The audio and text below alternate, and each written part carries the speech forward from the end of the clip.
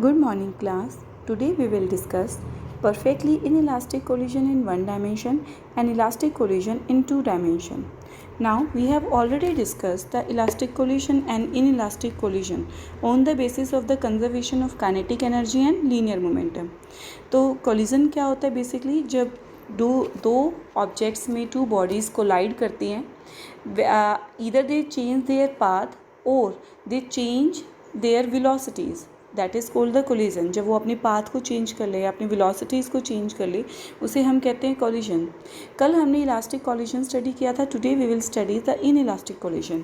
In elastic collision when the two colliding body stick together and move as a single body with a common velocity after the collision, that is called collision is perfectly inelastic. जब दो bodies एक दूसरे से strike करती हैं, collide करती हैं और कोलाइड करने के बाद एक सिंगल बॉडी की तरह मूव करें तो उसे हम कहते हैं परफेक्टली इनइलास्टिक. तो यहाँ पे हम कंसीडर करते हैं कि हमारे पास दो बॉडीज़ हैं, A and B body. Now इनके मासेस हैं m1 and m2. They are moving with different velocities u1 and u2. हम यहाँ पे ये भी कंसीडर कर सकते हैं कि लेट जो आपका m2 ऑब्जेक्ट है वो रेस्ट पर है. इस केस में जो u2 हो जाएगा वो 0 हो जाएगा. तो हम कोई भी कंडीशन कंसीडर कर सकते हैं. Now after collide their velocities become v1 and v2. And perfectly elastic का जो केस है उसमें हम क्या कंसिडर करेंगे कि इन दोनों की वेलोसिटी कॉमन वेलोसिटी है. तो इसीलिए यहाँ पर जो v1 v2 हैं वो दोनों एक दूसरे के इक्वल हो जाएंगे. तो ये है हमारी situation. Now according to law of conservation of momentum we have the relation m1 u1 m2 u2, that is a total momentum before collision और ये है टोटल मोमेंटम आफ्टर कोलिजन. अब हम यहाँ पे कंडीशन कंसीडर कर रहे हैं in elastic collision in 1D. तो यहाँ पे देखो सबसे पहले हमने कंसीडर किया u2 0. वही मैंने आपको कहा था कि आपको एक बॉडी हम उसको इन रेस्ट पे कंसीडर करके चलते हैं. Let us consider m2 be at rest. After collision, two bodies move together with a common velocity v. It means v1 is equal to v2 is equal to v. तो यहाँ पे अब हमें इस इक्वेशन में मीन्स जो हमारे पास ये अबव इक्वेशन है वहाँ पे हमें ये कंडीशन पुट करनी है. एक तो हमें u2 को 0 पुट करना है और v1 और v2 को हमें पुट करना है that is equal to v. So put here. तो हम यहाँ पे देखो पुट कर रहे हैं values m1 u1 plus m2 u2 is equal to m1 plus m2 v. v1 v2 दोनों इक्वल हैं v के, इसलिए हमने यहाँ पे इसको कॉमन ले लिया v को. और अब सेकेंड इक्वेशन में यहाँ पर हमने u2 को 0 पुट कर दिया. तो हमारे पास यहाँ से देखो v की वैल्यू आ गई. That is the velocity of their common velocity m1 u1 divided by m1 plus u1 m2. अब देखो अब डेफिनेटली अगर हम इस फैक्टर में देखें हमारे पास जो ये वाला फैक्टर है it is definitely less than 1. Why? क्योंकि देखो ऊपर वाला फैक्टर है वो सिर्फ m1 कंसीडर कर रहा है, जो डिनोमिनेटर में है it is m1 plus m2. तो डेफिनेटली m1 प्लस m2 की वैल्यू m1 से ग्रेटर ही होगी. इट मीन्स इनका जो ये डिवीज़न वाला फैक्टर है ये डेफिनेटली 1 से लेस देन होगा. इट मीन्स जो कॉमन वेलोसिटी है कि कोलिजन के बाद दोनों बॉडीज़ जिस कॉमन वेलोसिटी के साथ मूव कर रही हैं it must be less than the initial velocity u1. So there must be some loss in kinetic energy, क्योंकि जितनी पहले वेलोसिटी थी अब उनकी कॉमन वेलोसिटी उससे डिफरेंट है, लेस है. तो इट मीन्स यहाँ पे कुछ काइनेटिक एनर्जी का लॉस हुआ है. So here we have to calculate the loss in kinetic energy. So here we consider kinetic energy before collision. It means it is equal to half m1 u1 square. क्योंकि जो आपका second object है m2 object वो rest पर है तो उसकी kinetic energy भी 0 होगी. नाउ अब total kinetic energy after collision क्या होगी? It is half m1 m2 into v square. V क्या हो गई? इनकी कॉमन वेलोसिटी. तो उसकी वैल्यू देखो हमने यहाँ पे पुट की तो हमारे पास ये रिलेशन आ गया E2 के लिए. अब हमें निकालना है loss of kinetic energy. Loss of kinetic energy is equal to E1 minus E2. तो यहाँ से देखो हमारे पास ये लॉस ऑफ काइनेटिक एनर्जी का रिलेशन आ गया m1 m2 into U1 square divided by twice of M1 plus M2। अगर हम इसको सॉल्व करें तो देखो M1 M2 मास तो कभी नेगेटिव नहीं हो सकती, U1 का भी हम स्केयर कर रहे हैं तो ये भी नेगेटिव नहीं हो सकता factor, it means which is positive, it means there is some loss of kinetic energy that is inelastic collision. तो देखो इलास्टिक कोलिजन में कोई भी लॉस नहीं होता, ना ही वहाँ पे काइनेटिक एनर्जी का लॉस होता, ना ही टोटल एनर्जी का, ना ही मोमेंटम का। नाउ इन इलास्टिक कोलिजन में वहाँ पर मोमेंटम का लॉस नहीं होता, वहाँ टोटल एनर्जी का लॉस नहीं होता, but here is some loss of kinetic energy that is called inelastic collision. Now the next topic is elastic collision in two dimension. Two dimension देखो generally हमारी जो situation है वो हमेशा possible नहीं है कि ऑब्जेक्ट हमेशा स्ट्रेट लाइन में मूव करे, वो ऑब्जेक्ट आपका किसी भी डायरेक्शन में मूव कर सकता है आफ्टर कोलिजन, तो उसे हम कहते हैं ऑब्लिक। ऑब्लिक का मतलब ही होता है किसी एंगल पे एक slanting line, that is called oblique collision. इसको हम 2D भी कहते हैं और इसे हम ऑब्लिक कोलिजन भी कहते हैं। सो ऑब्लिक कोलिजन में हम कंसिडर करेंगे यहाँ पे suppose a particle of mass m1, हम एक पार्टिकल कंसिडर कर रहे हैं m1 which is moving along x axis with velocity u1। ठीक है, देखो यहाँ पे आप देख रहे हो ना, ये m1 ऑब्जेक्ट है, ये x डायरेक्शन में u1 वेलोसिटी के साथ मूव कर रहा है and it is collide with another particle which is at rest. देखो ये हमारा जो यहाँ पे दिख रहा है ना आपको b पार्टिकल, ये रेस्ट पर है और ये इसके साथ कोलाइड करता है। After collision the two particles move with velocities v1 and v2 in different directions and they are making angle theta 1 and phi। आप इसको थीटा 1 थीटा 2 भी कह सकते हो या थीटा और फाई भी कह सकते हो, theta and phi with X axis. Clear? तो हमारे पास सिचुएशन है इलास्टिक कोलिजन में, एक बॉडी है m1, वो m2 जो रेस्ट पर है उसके साथ कोलाइड करती है और कोलाइड करने के बाद दोनों डिफरेंट डायरेक्शन में मूव कर रहे हैं, that's why it is called oblique collision. क्योंकि इससे पहले वाले केसेस में हमने कंसीडर किया था कोलिजन के बाद भी वो दोनों बॉडी सेम डायरेक्शन में मूव कर रही है। Now here the kinetic energy is conserve, तो यहाँ पे आपका रिलेशन आ गया total kinetic energy before collision and total kinetic energy after collision. So momentum is also conserve, तो ये हमारा हो गया मोमेंटम। तो मोमेंटम हमें दोनों एक्सिस की तरफ निकालना होगा। सबसे पहले हम अलोंग एक्स एक्सिस निकालते हैं। अलोंग एक्स एक्सिस क्या हो जाएगा, ये तो हो गया, देखो ये तो है हमारा total momentum before collision, it means m1 u1 plus m2 u2, और यहाँ पे भी हम u2 को क्या पुट करेंगे, 0। ठीक है, वो हम फर्दर आगे पुट करेंगे। और इधर हमने क्या पुट किया है, देखो यहाँ पर हम एक्स एक्सिस कंसीडर कर रहे हैं, तो इससे पहले वाला देखो एक्स एक्सिस के अलोंग, देखो एक्स एक्सिस हमारी ये है, वाई एक्सिस ये है, और हमारा ऑब्जेक्ट मूव कर रहा है एक इस डायरेक्शन में एक्स वाई प्लेन में। तो ऑब्जेक्ट है उसका हमें कंपोनेंट एक्स और वाई के अलोंग लेना है। तो ये हमारा ऑब्जेक्ट है जिसका मास m1 v1 है, ये इसका मोमेंटम हो गया। इसका मोमेंटम एक्स के अलोंग क्या हो जाएगा, m1 v1 कॉस थीटा, और वाई के along m1 v1 sine theta.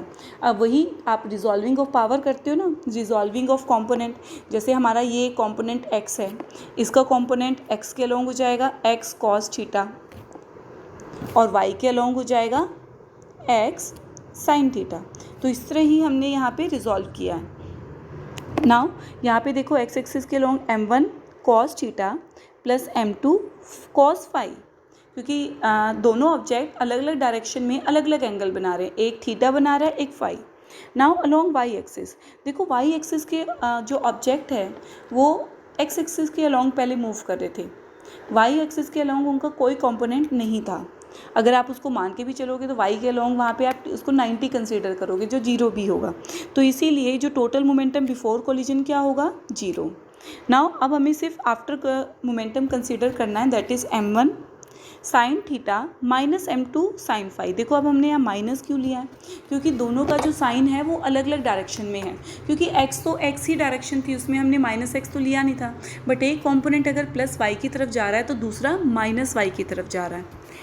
कैसे, अब देखो एक कंपोनेंट इधर y की तरफ जा रहा है तो एक माइनस y की तरफ जा रहा है, तो इसीलिए हम एक को पॉजिटिव लेंगे और एक को नेगेटिव।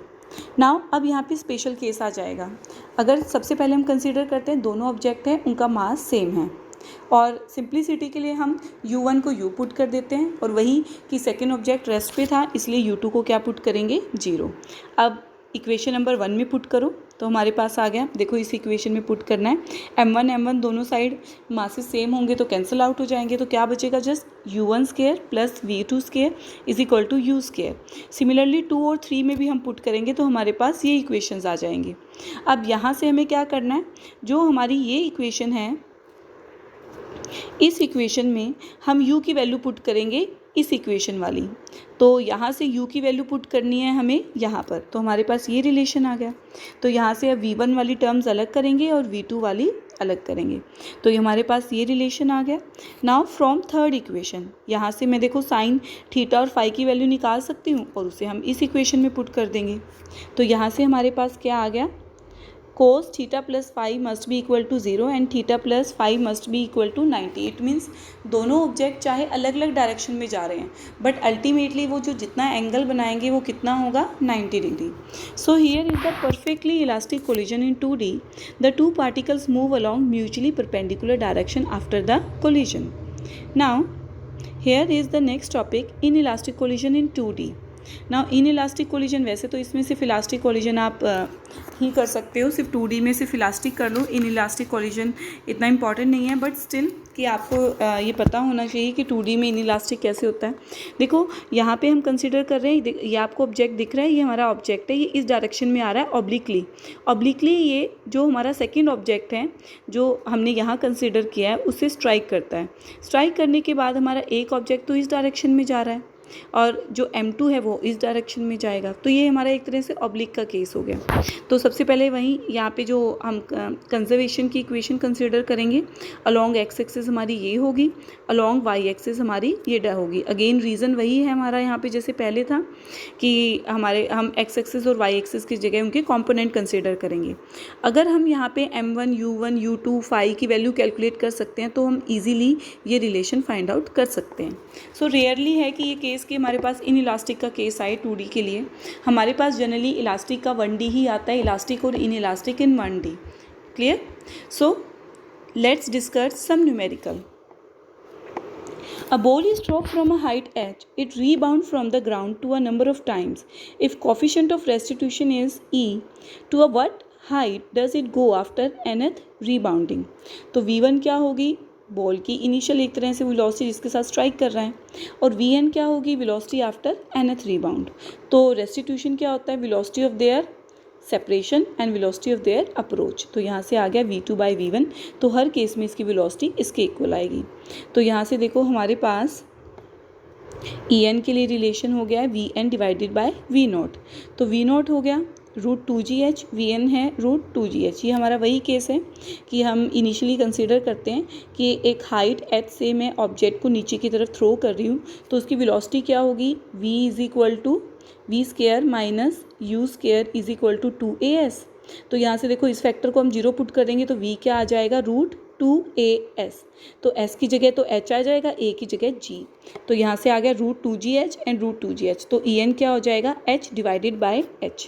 क्लियर? तो सबसे पहले हमें ये रिलेशन कहाँ से निकालना है, v square minus u square is equal to 2as से। क्लियर?